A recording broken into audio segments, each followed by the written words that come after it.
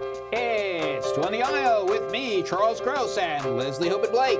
Tonight reviews of Falsettos, The Cherry Orchard, Othello the Remix, and Sweat. Ladies and gentlemen, welcome to Two on the Aisle. And good evening, Leslie. Good evening, Charlie. That's very chipper. Okay. On this cold Yes, evening. yes. Well, something that makes the evening even colder has crossed our attention. The Big Apple Circus, a tiny, beautiful one-ring circus. You come, and any seat you take, you still have a beautiful view of the acts that are going on. It has a live orchestra, and it's entertained New York City for many, many years. I used to take my daughters there all the time. They have declared bankruptcy, and they're looking for a buyer, and they're looking for donors. So if anyone out there is so inclined, it's a wonderful New York institution, even though that they tour the country. They're normally around here at Lincoln Center this time of year. I don't think they are now. No. It would be a shame to lose them. So if you or anybody you know has a lot of money you don't know what to do with, you can go on their website. I'm not 100% sure what it is, probably bigapplecircus.com or .org, because it's a nonprofit. But if this institution can be saved, it would be beneficial to the city and to just circus kind in general. Okay, circus kind. That's an interesting. We're going to start with another kind of circus.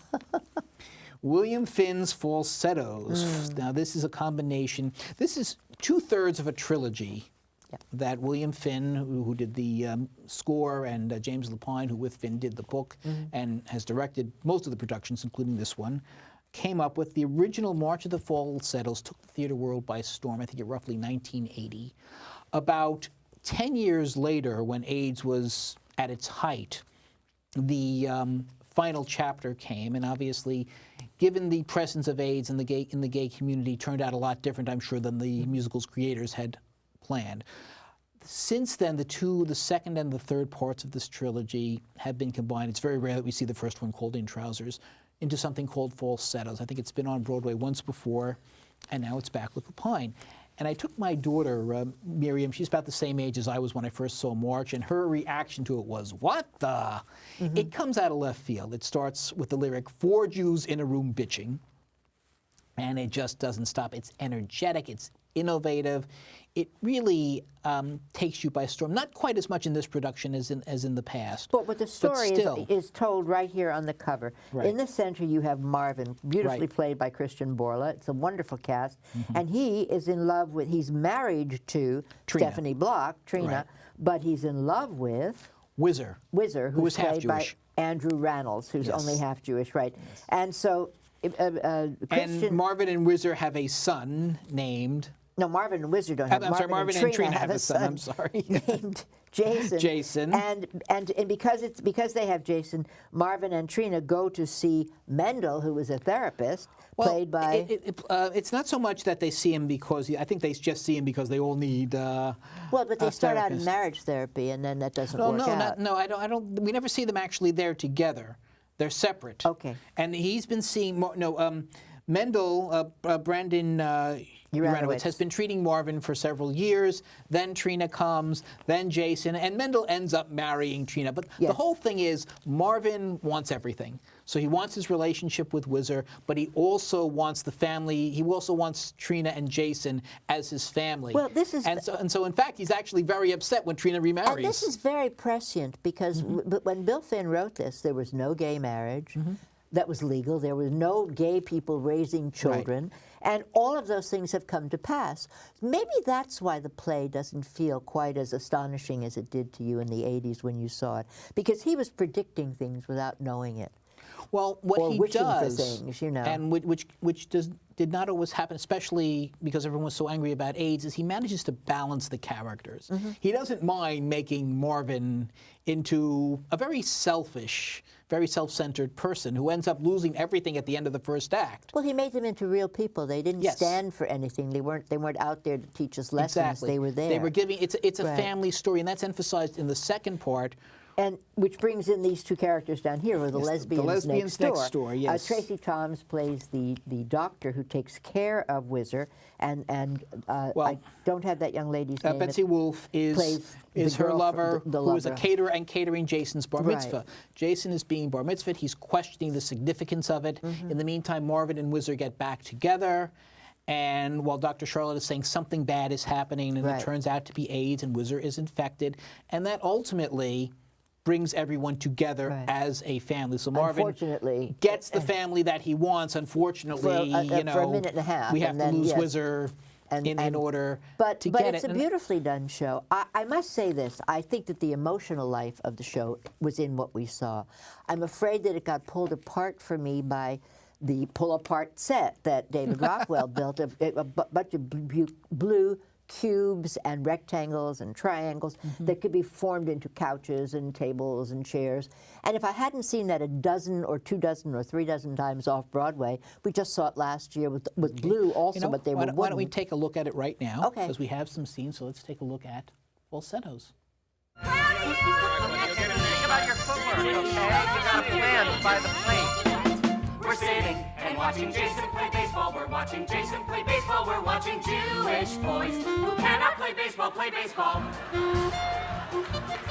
We're watching Jewish boys who cannot play baseball, play. I hate baseball, I really do. Unlike the rest of you, I hate baseball. We really wish he'd take this more seriously. It's weird how he swings the bat. It's weird how he swings the bat. And why does he have to throw like that? We're sitting and watching Jason make errors, the most pathetical errors. We're watching Jewish boys who almost read Latin, up, battin', and battin' back. But again, I claim that these, it's not a set that I would go, wow, that's a David Rockwell set. He did do the background. It has the city that goes up and down. You see buildings and whatnot. But the set disturbed me. This is a realistic play. I think it deserves a semi-realistic set. Well, it's never had a realistic set, I don't think. It had a couch. All right, it had I remember a couch. having a couch. Okay, it had a couch. Yes, But and that took away from the first act to me has always been this edgy, wonderful musical. The second part, and in the play, even though they were written 10 years apart, they take place I think about 2 years apart roughly. Was more of a family type show, but never quite had the edge. A little more sentimental, and I felt it never quite measured up. I think they go very nicely together. It's a good evening. I think March of the Falsettos, the first act, doesn't quite have the edge that I remember. Or it's the same director, yes. James Lapine, done them all. Yep. A new choreographer who also was choreographing the furniture, because that was very much a part of everybody's job. Spencer Liff, right. of whom I've never heard. But again, it's a fantastic cast. Christian is going to finish his run in this. It's a limited run, and then he's going to go off and do Willy Wonka. So it's a top. And Andrew won a Tony for Book of Mormons. I mean, it's a tremendous cast. It's a solid show, and Stephanie Block as Trina also. Right. They've actually, they had added this some time ago. They add a part for her in the first act about slavery in Egypt, I think, so that they could have Trina in the opening. Right. Because realizing how important a character she is. Right. And also the one song that made it from the first of the trilogy, I'm Breaking Down, has been in several productions. It's a welcome addition. What would you give this production? I would give this, I think, 3 3/4 playbills on it. I would eke out a 3. It 3-ish. It didn't do for me what it did for you, I don't think, and it made me sad that it didn't. Part of it is I brought a child too. Here's how different life is. Your daughter was like, "What's going on?" when she saw it. Well, I think she was reacting to the style of the musical more than the plot. Oh, you think? Because this little girl was told that it was a play about families and the different kinds of things that make up families. She's 9 years old and she accepted all of that because life has changed. Well, life caught up with and surpassed what this play was about. I think it was more the style of the musical than the story. If you say so. Yes. Okay. I do. All right. The So Cherry next Orchard. one. That's been Cherry revived a Orchard. couple of times. Yeah, well, the revival, speaking of revivals, yes, about a couple of dozen, 300 times maybe. and we've seen most of them. This is Diane Lane on the cover of the new Cherry Orchard as rewritten by, or adapted by, excuse me, I should say, into an American idiom, an English American idiom, which doesn't really work. And Diane Lane is playing Madame Renevska, and you might notice if you can get it a little closer to this that she's wearing a 1950s or even maybe contemporary gown, and this is one of the problems. The play starts and everybody comes in. Diane Lane is Madame Renevska, John Glover is her brother, Joel Grey is the servant, Tabby Gevinson is one of the daughters. So move your hand. Oh, sorry. Tabby Gevinson is one of the daughters. And to make sure that you follow everything, and this is wonderful, we really enjoyed having this. They give you a scorecard. Yes, and they give you the pictures, which is good to have. So getting to the plot, in case you haven't heard it. In case you don't know. There's this aristocratic family. Landowners. Yes, landowners who have basically squandered their money. They are about to lose their estate. They've already sold one of their country estates. All they've got now is this estate with the most beautiful cherry orchard, and their business advisor, who's grew up as a servant, now has made himself into a millionaire or the equivalent, is saying you have to chop down the cherry orchard, you have to make it into cottages in there. They don't want to do that, and they're thinking, well, some miracle will come. In the meantime, they're still throwing money around. Someone needs a loan, they give it to them. They're just so clueless that you want to get up and kick them. Well, they're not only clueless, they don't believe things are going to change. This is how life has always been, and this is how life will always be. And what's missing except for the adopted daughter, who is the adopted daughter what's going to happen. is dressed in almost in rags by comparison to the others, and she takes care of everything. Only she has no money with which to do it, which makes it very sad. And she's played by the wonderful Celia Kenyon Bolger, who just moved in from several other shows that we've seen her in. And she was in Tuck Everlasting also. I believe, was she? Oh, her brother was in it. I'm sorry, that was her brother who was in that. Excuse me, sorry, wrong. Anyhow, the point of what's going on, and I was very upset about something that the British director, whose name is Godwin, I believe, did was, and I don't know if he's just tone deaf or if he thinks that's what colorblind casting is. It's not. Hamilton is colorblind casting, where George Washington is black, and you know, it's not about specific classes of people being played by specific kinds of people. Here he has all the servants or former servants of the family, not the Joel Grey character, but all the people who were serfs on the land. Oh, is Joel Grey in the show?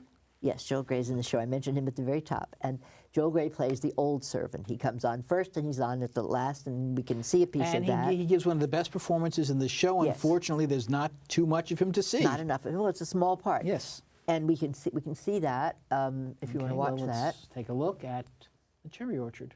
Forgive me, but you don't seem to understand a thing. In this part of the country, if there's anything noteworthy or even of interest, it's our cherry orchard. The only thing noteworthy about the orchard is that it's very large. There's a crop of cherries that come, what, once every 2 years? There's nowhere to put them. No one buys them. But the Historical Society mentions this orchard in their brochure. We have to come up with something and arrive at some sort of solution, or on August 22nd, the cherry orchard and your entire estate will be sold at auction. When did you get so old, Fears? What can I do for you?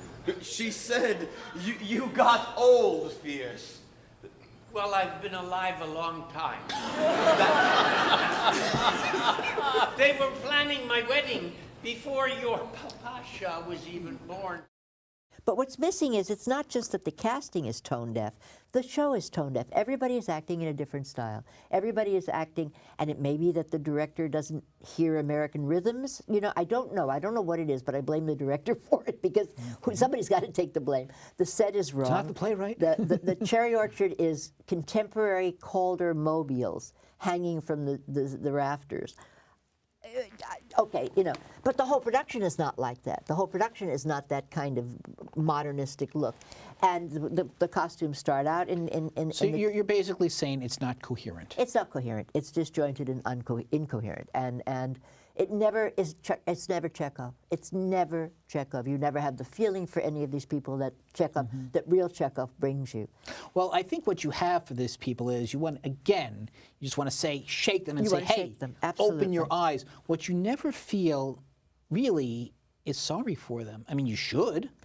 Well, I would think you should feel empathy for them, whether you feel sorry or not. You can feel empathy. It's very hard to empathize with this. And you cannot empathize with them, no. I mean, get your head out of the sand. Come on. I mean, that's in every production, but at some point you really do want to say, hey, guys, come on.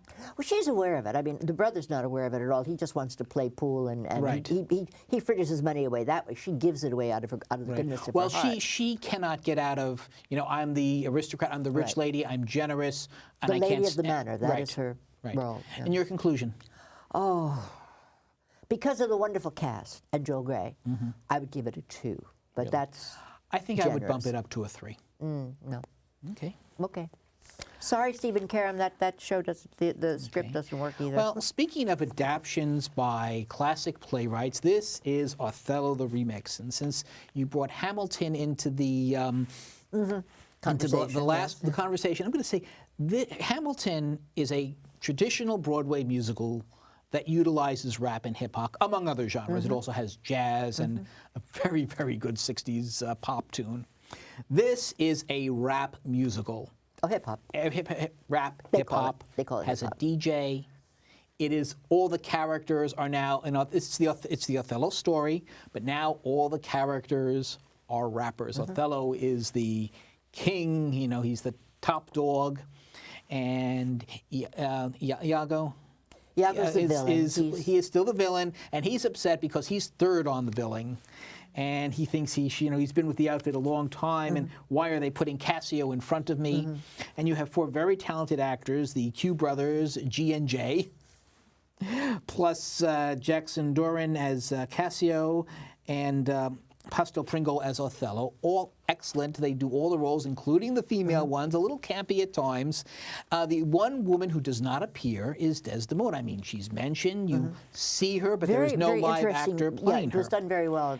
And this captures all the betrayal, all the drama, Absolutely. all the wonder.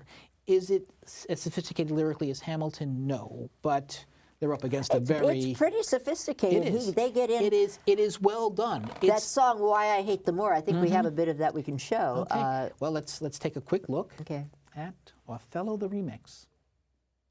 I never knew my pops. Mom's was a junkie, raised in the streets with the beats that are funky. Concrete and metal, a child of the ghetto. Looking for the loot, but there was none for Othello. I walked by people smoking dumb rocks. Either you slang crack or you got a wicked jump shot. Couldn't shoot, so I grabbed the microphone, spitting stories for these people from this place I call home. I survived the impossible, caught in gang crossfire and crawled to the hospital. My hood was riots and uprising. Mama's so cracked out she don't recognize me. I live what I say. He's just a candy rapper. He's anything but hot. And I get the cold shoulder. His EP needs an MD crossover. Every time he make noise, I get annoyed, man. I heard his latest song and he belong in a boy band. He make music for little teenage white chicks. Dance around smiling while we make hype shit. Why? Othello's rich, but he keeps me poor. When now it's time to settle a score. Hey! He never lets me get my foot in the door. And this is why I hate the more.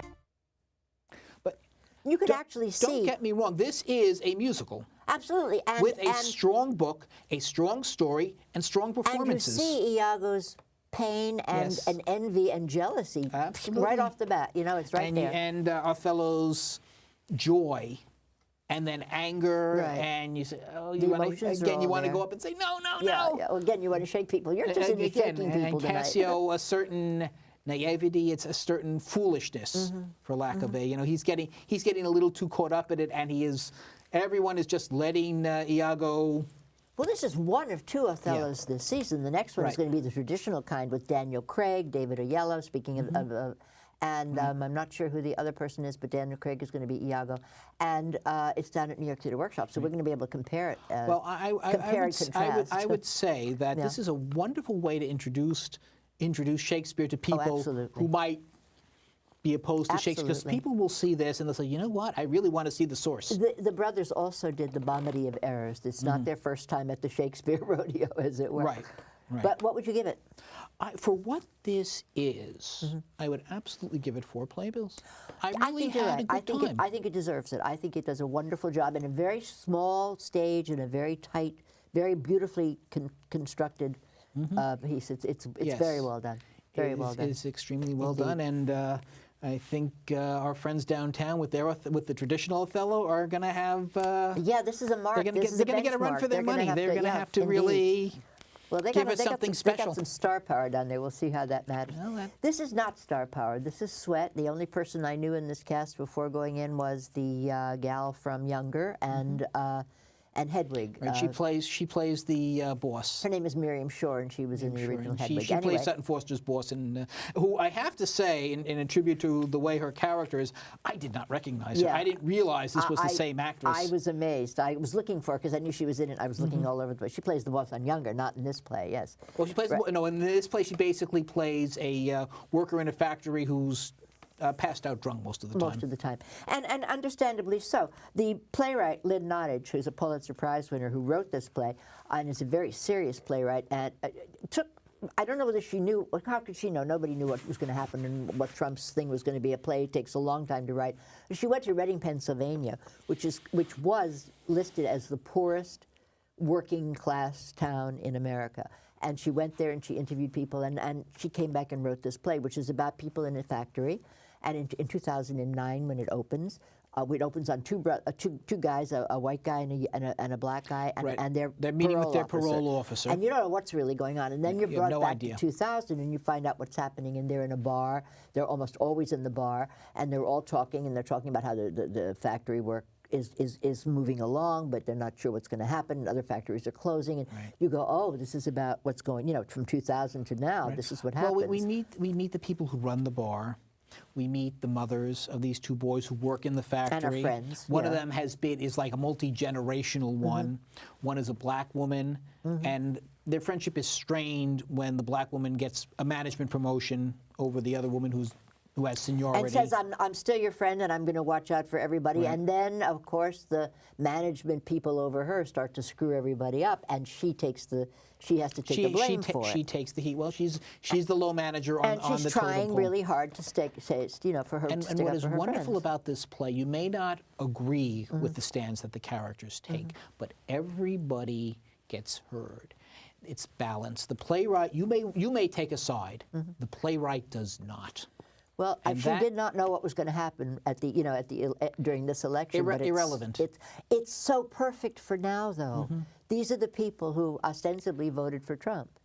Right, but So there you are. But even regardless, if Hillary had gotten in, if this play were being done 10 years later, it's still a strong play. It's a beautiful because it's play. got a good story. Very well done. It's certainly not the first play to deal with a factory No, closing. a Skeleton Crew just last year was dealing with a factory closing.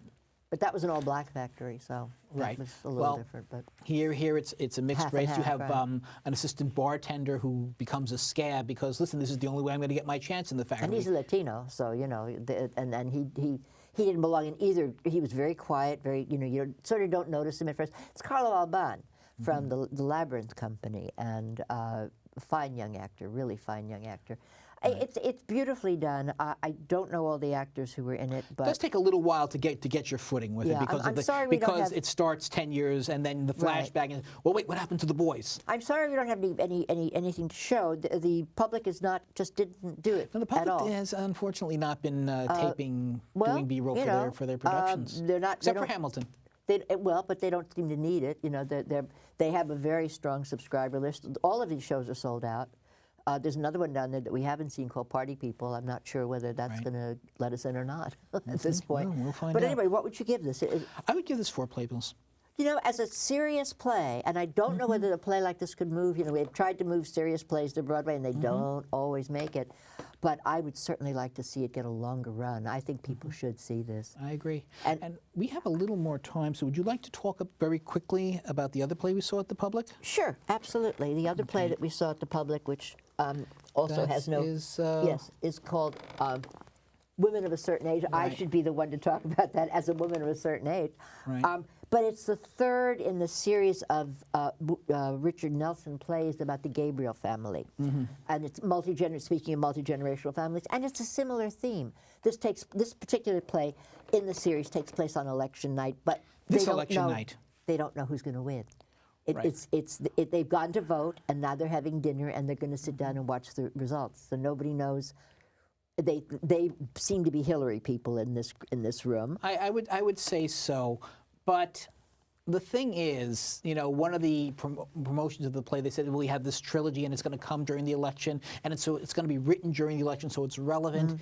The election is, to me, was almost irrelevant. They had a few passing words, oh, Hillary's got to win, and this and that. Of course, we know. But I think how that's it the best turns way out. to do it. I don't think you want to bang people over the head. What we did learn was how their lives have changed since the last election. How the woman who's a teacher has to get a substitute teaching job and work as a maid to make extra money because her husband, who's an artisan woodworker, doesn't have enough work. And this is now. Well, there's also a doctor. This is a doctor who had retired. Now she's got to go back to work, but it's too much trouble to get a medical license, so she wants to be a science teacher. The problem is this has a plot per se, but it's really just the family talking. And You have to they really talk, listen to what they talk and about. They talk. You do, and I did, and I still found it a little slow for my I've seen taste. almost all of them, and this is the third year, I think, of the trilogy that he's done. So it's 9 or 10 plays with this family. People have died in the family; they're not there anymore. People are brought in, like the girl who's doing the play about Hillary. Right, well, that's an ex-wife of the dead brother. Yeah, The dead brother's widow and 2 ex-wives are there. But they've had fathers who died and brothers who died and uncles who died, and there's a woman there who had a stroke, and she's, by the way, that's the played by mother. Roberta Maxwell, the mother, played by Roberta Maxwell, who was once upon a time a young actress. It's very strange to see her. Anyway, that's what happens. At least she's still working. But the point of the story is that I just think it's. I haven't stayed with all of them.